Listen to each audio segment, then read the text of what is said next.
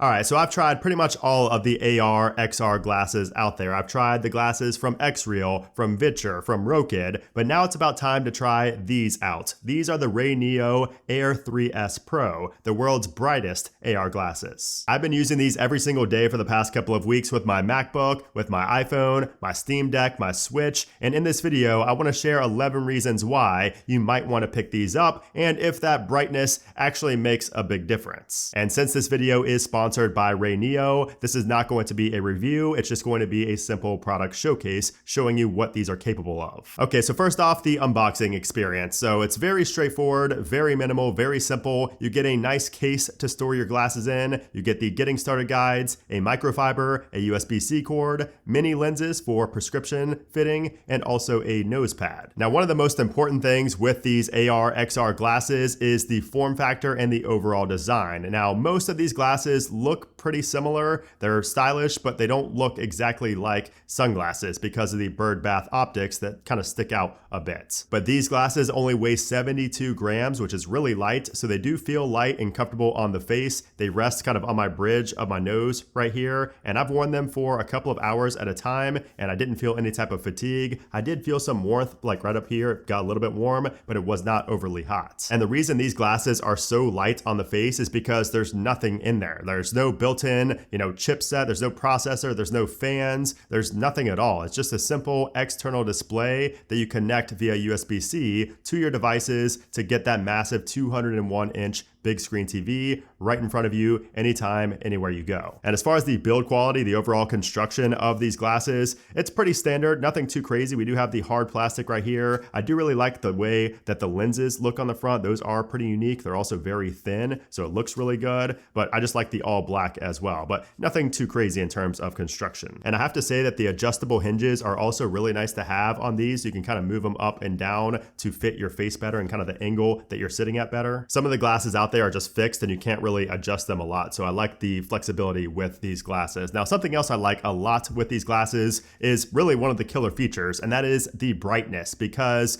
this is almost double the brightness of the base model Air 3S that RayNeo sells. These now get up to 1200 nits of peak brightness thanks to the HuView 2.0 tandem micro OLED panels inside. Now, RayNeo claims that these are the highest brightness of any glasses out there on the market. And if you press this button on the right-hand side, when you have these on your face on the right side, you can see that you have different levels of brightness. So you can go up and down 20 different levels. And to be honest, these work really well indoors. Like there is kind of a tint in these lenses, so it does tint everything in front of you. But, if you go out and step out and look at the sun, obviously you're gonna see a lot of light because there's a lot of, kind of opening around your eyes. So there's gonna be a lot of ambient light that is able to come in, but this does a pretty good job at blocking it out in, decently kind of dim lit areas. But if you are somebody who spends a lot of time outside and you want to be as immersed as possible, they do also sell a cover for the glasses. This is an extra accessory you have to buy, but it will come and kind of cover this up so you have more immersion and you don't see as much light. But you're always going to see kind of the ambient light coming from the bottom and the sides. That's just how these glasses work. But it's not just a bright display. That's not really the only thing you're getting here. You also have a high quality, image from these glasses. So the resolution is the standard 1920 by 1080p and 2D, and if you're watching 3D, it's 3840 by 1080. But as usual with XR glasses or AR glasses, full 1080p quality is just fine. And I've never really thought that the quality looked bad because keep in mind, the display is like right here on your eyeballs. It's not like far away from you like a monitor or a TV. So 1080p looks fine. It also has a 2,000,000:1 contrast ratio, so the colors are going to be vibrant even at high brightness, no matter the lighting conditions. Also, you can choose between 60 Hertz and 120 Hertz for the refresh rate based on the type of content you're watching, or if you're playing a game or something like that. There's actually a setting as well in the iPhone to change this. It's not on by default, but you do have to change it so you can get 120 Hertz when you connect to your iPhone. And it's right in settings. If you go to the display and brightness section and you go under displays, you'll see smart glasses. And from there you have allow display mode changes. Also, RayNeo does have an in-house ultra thin optical module for sharper visuals, and that also reduces the glare by 15%. Now, something else that I always get asked when it comes to reviewing these these AR, XR glasses is the field of view. So since these have the birdbath optics and since these are that similar form factor, you're not going to get anything crazy in terms of FOV. So these have a 47-degree field of view, which to me is fine. Like I don't really use these to feel fully immersed. I'll go to my Vision Pro for something like that, but just know that it is a 47-degree FOV. Now, of course, how you feel about the field of view and how you feel like when you're using these glasses is subjective, but it is good to know that these are compatible with over 1,000 devices. One of the best ones to use this for, one of the ones they advertise, is with the Switch 2. You do need the Joy Dock for this to work, but you can use your Switch 2 with these glasses. But I mainly use it with my Mac. I actually wrote this entire script that I'm reading right now in these glasses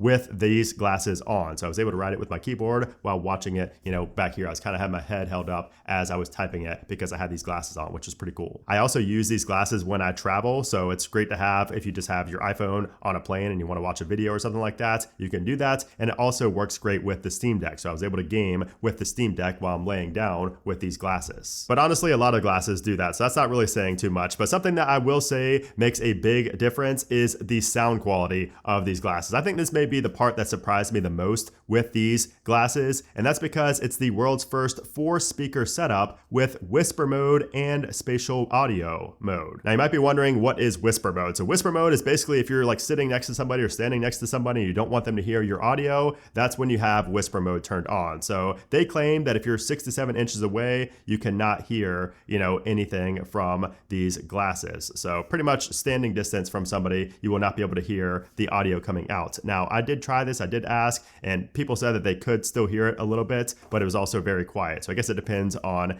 where you're located, but this should help reduce the sound, make it not as loud so people around you can't hear. Now, we also have spatial mode, which is kind of a surround sound mode, like a real immersive mode that sounds kind of like a movie theater, which sounds really good when you're watching a movie, but it does sound kind of weird when you're watching like regular YouTube videos that don't have a lot of depth to them. But honestly, just the standard audio mode on these glasses is impressive. Like I was very surprised by the sound quality because, even when I was in a cafe, I didn't ever feel like I couldn't hear what I was trying to hear with these glasses on, even with people around me and with people talking. It's even good for listening to music because the bass was pretty impressive in these as well. So the speakers, solid. Now, as far as comfort goes, obviously I've only used these for a couple of weeks. That's why this isn't a, full on review. It's also just a product showcase, but I will say just from my limited experience that the comfort after about 30 minutes to maybe 2 hours max, these don't seem to get as hot or as uncomfortable for that extended period of time. So I've had that in the past with other glasses where it gets really bad, but I've not had that with these. And it might be just because these are also so light, they just feel like they're just sitting on your face without causing any type of uncomfort. Now, number 9 is not a good one. This is actually a con of these glasses, and that is that there is no 3DOF, so no 3 degrees of freedom or 6 degrees of freedom, meaning that the screen in front of you is always following you around. You cannot pin it somewhere in space and it stays there for when you look away and look back. So that's one of the main things I love from some of the competitors, but that's missing on these glasses. Now, of course, that is why these are cheaper than some of the higher end glasses out there. And same with electrochromatic dimming, by the way. There's no, electrochromatic dimming on these, which was also kind of a disappointment. Again, there is a lens shade that you can buy, separately to put on here to get more of that darkness, but I was still pretty disappointed to see neither one of those two features. However, there is a new mode called Vision Boost that kind of makes up for the lack of the electrochromatic dimming by enhancing the brightness. So when you turn this mode on, it actually works pretty well for like space scenes. If you're watching like a movie or just load up a YouTube video with space, you can see the difference right away compared to standard mode or other glasses with the lights and the darks kind of just mixing together. And the whole point of this mode is just to boost the brightness when you're in a more bright environment. Now, there's also 5 other color modes you can go through. So you have eye protection mode if you're watching video for a long time. You have just the typical standard mode. You have professional mode, movie mode, and game mode. And then finally, we have to talk about the price. So these are $299. So these are the same price as the Air models from similar competitors, which of course is going to be cheaper than some of the higher end Pro models out there. Now, they do also have the non-Pro Air 3S model for $269, which of course is going to have about half the brightness. So, in my opinion, probably just get the Pros if you're going to get any at all. So those are the RayNeo Air 3S Pro. So if you want a pair of display glasses, I really don't like calling these AR, XR glasses. They're really just display glasses. They put a big display in your face. There's not really anything else you can do. But if you want to pick these up, be sure to use my link down in the description below. And also let me know your thoughts on these. I've reviewed many other AR, XR glasses here on the channel. So how do you think these compare? And just what are your overall thoughts? I'm really curious to see what you have to say. Anyways, guys, thanks for watching, and I'll see you soon.